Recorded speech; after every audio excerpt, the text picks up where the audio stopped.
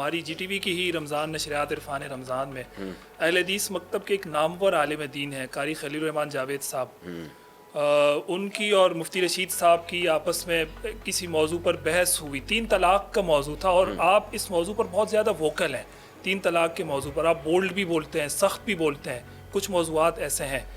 تو آپ کے حوالے سے بھی اس میں جب گفتگو ہوئی تو قاری خلیل صاحب نے یہ بھی بات کی اس نشریات کے اندر کہ جی مفتی طارق مسعود کو تو شادیوں کے علاوہ کسی موضوع پر بات کرنی آتی نہیں ہے، تو کیا وہ اس موضوع پر بات کریں گے؟ یعنی اس طرح کا انداز بات چیت بھی ہوئی۔ کیا موقف رکھتے ہیں آپ؟ واقعی صرف شادیوں کے موضوع پر بات کر سکتے ہیں؟ اگر صرف شادیوں کے موضوع پر بات کرتا تو طلاقوں پر قاری خلیل صاحب کو جواب نہ دے رہا ہوتا نا۔ صحیح، بہت سارے موضوعات، وہی ہم نے 25 سال جامعۃ الرشید میں قرآن و سنت پڑھایا ہے، تو اس میں صرف شادیاں ہی نہیں آتی، پورے فقہ کے ابواب ہیں، تجارت کے مسائل ہیں، اسلامک بینکنگ میں میں نے الگ سے 1 سال پڑھا ہے، تکافل پہ 1 سال الگ سے میں نے محنت کی ہے۔ عوام کو ہم وہ بات کریں گے جو عوام کے فائدے کی ہے، کیونکہ اس مسئلے کو کوئی بھی لے کے نہیں چل رہا، شادیوں کے مسئلے کو، یہ سوسائٹی کی ضرورت ہے، پورا خاندانی نظام ہمارا تباہ و برباد ہو رہا ہے۔ تو اب میں کیا لوگوں کو امام کے پیچھے فاتحہ اور ٹانگیں چوڑی اور زور سے آمین اور آہستہ آمین اور ٹانگیں پتلی یہ مسئلے میں ڈالوں، یا یہ شادیوں والا مسئلہ زیادہ اہم ہے؟ باقی قاری خلیل صاحب ہمارے لیے قابل احترام ہے، مجھے کوئی ان سے ذاتی بغض نہیں ہے، وہ اکثر احناف پہ تھوڑا سا طنز بھی کرتے رہتے ہیں۔ تو طلاق جو 3 طلاق کا مسئلہ ہے نا، یہ میں کانفیڈنٹلی کہتا ہوں، میں مذاق نہیں کر رہا ہوتا، ٹھیک ہے، کہ اس میں اہل حدیثوں کے پاس کچھ بھی نہیں ہے، کوئی دلیل نہیں۔ جو دلیل جس کو وہ کہہ رہے ہوتے ہیں تو وہ دلیل ہوتی نہیں ہے، وہ ہم آپ کو بتاتے ہیں۔ دیکھیں قاری خلیل صاحب کا جو جی ٹی وی پہ پروگرام چلا ہے، اس میں انہوں نے وہ حدیث پھر غلط ترجمہ کیا اس کا، میں نہیں کہہ رہا جان کے کیا ہے، غلطی سے ہو گیا ہوگا۔ انہوں نے کہا نبی صلی اللہ علیہ وسلم کے دور میں ایک وقت کی 3 طلاقیں ایک ہوتی تھی، یہ ایک وقت کہاں سے لگایا آپ نے؟ آپ کہہ سکتے ہو حدیث کی تشریح ہے، تو بھائی تشریح میں تشریح کا عنوان لگائیں، آپ ترجمے میں آپ ایک وقت کا لفظ نہ بڑھائیں، ترجمہ وہ کریں جیسے حدیث میں ہے، پھر وہ آپ بتائیں یہ میں تشریح کر رہا ہوں کہ ایک وقت کی 3 طلاقیں۔ تو اس طرح کی غلطیاں اہل حدیث حضرات کر رہے ہوتے ہیں، عوام کو نہیں پتہ ہوتا۔ اور پھر جو انہوں نے حضرت رکانہ والی حدیث پیش کی ہے، اس کی سند تو پڑھ لیتے آپ، اس کی سند میں ہی مجہول راوی آ رہے ہیں، ان کا نام ہی نہیں لکھا ہوا۔ تو اہل حدیث تو صبح و شام یہ کہتے ہیں ہم قرآن حدیث کو اور صحیح حدیث کو مانتے ہیں، تو آپ ایسی حدیث کیوں پیش کر رہے ہیں جس کو کسی نے صحیح قرار نہیں دیا، صرف ایک البانی رحمہ اللہ نے حسن قرار دیا، اور اس کی بھی کوئی لاجک نہیں بیان کی انہوں نے۔ تو اور وہ حضرت رکانہ والی حدیث امام شافعی نے بالکل صحیح سند سے بیان کی ہے، وہ اہل حدیثوں کے خلاف جا رہی ہے، اس کو آپ کیوں ہائی لائٹ نہیں کر رہے؟ پھر قرآن و سنت کی بحث میں ایک انتہائی اہم بات کہ صحابہ نے قرآن و حدیث زیادہ اچھا سمجھا ہے یا میں اور آپ زیادہ اچھا سمجھتے ہیں؟ یقیناً صحابہ نے۔ کوئی ایک صحابی سے ضعیف سند سے دکھا دیں ایک مجلس کی 3 طلاق کو ایک کہا ہو۔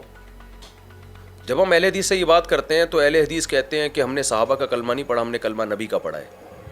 بھائی صحابہ نے کس کا کلمہ پڑھا تھا؟ تو جب انہوں نے نبی کا پڑھا تھا تو وہ نبی کے خلاف کیوں جا رہے ہیں؟ اور قاری خلیل صاحب قابل احترام، میں طنز نہیں کر رہا ہوں ان پر، میں سمجھتا ہوں کہ جو ان کو سمجھ میں آیا اللہ کی رضا کے لیے انہوں نے اس کو بیان کر دیا۔ غلطی ہوئی ہے، کیونکہ مجھ سے غلطی کا امکان، قاری خلیل سے غلطی کا امکان زیادہ ہے، صحابہ سے غلطی کا امکان بہت کم ہے، چاروں اماموں سے غلطی کا امکان کم ہے۔ تو اب جو انہوں نے حدیث پیش کی ہے جس میں کہ نبی کے دور میں 3 طلاقیں ایک ہوتی تھیں، اس حدیث کے راوی عبداللہ بن عباس ہیں، ان سے بالکل صحیح سند کے ساتھ یہ فتویٰ منقول ہے کہ ایک مجلس کی 3 طلاقوں کو انہوں نے 3 قرار دیا اور دلیل میں قرآن کی آیت پیش کی ہے۔ قاری خلیل صاحب سے ہمارا یہ سوال تو بنتا ہے نا کہ اس کا کیا جواب ہے آپ کے پاس؟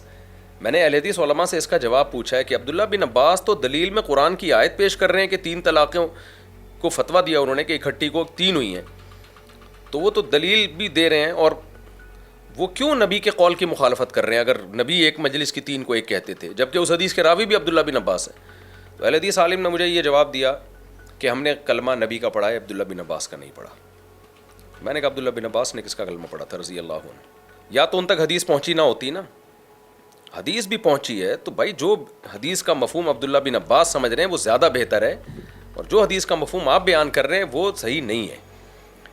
قاری خلیل صاحب نے وہ جو مفتی رشید احمد خورشید صاحب سے یہ بھی کہا ہے اس پروگرام میں کہ آپ نے جو صحابہ کرام کے اقوال پیش کیے ہیں اس میں یہ کہاں لکھا ہے کہ یہ ایک مجلس کی 3 طلاقیں تھیں؟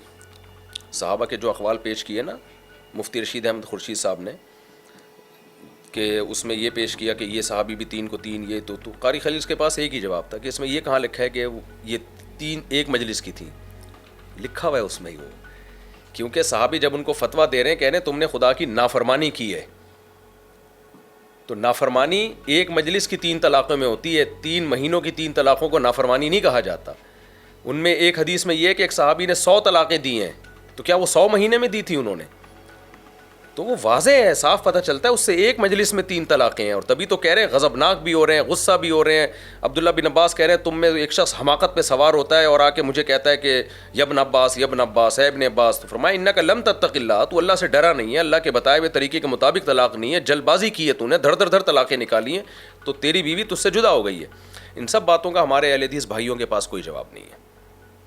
پھر وہ ابھی حافظ احمد صاحب بڑے معتدل میٹھے عالم ہیں, قابل احترام ہیں, انہوں نے پھر یہی مسئلہ اٹھا لیا طلاق کے ثلاث میں کہ جی وہ اختلافی مسئلہ ہے, یہ اجماعی نہیں ہے, فلاں کا بھی یہ قول ہے. بھائی آپ جتنے مرضی اقوال لے آئیں, 1400 سال میں اقوال تو بہت کچھ مل جاتے ہیں. صحابہ تابعین کا اجماع ہے اس مسئلے پر. جب ایک دفعہ اجماع ہو گیا تو پھر اقوال تو اندھی تقلید ہے نا, پھر تو یہ تقلید کرنی ہے تو چاروں اماموں کی کریں بھائی, اور اگر نہیں کرنی تو پھر قرآن و سنت سے دلیل پیش کریں.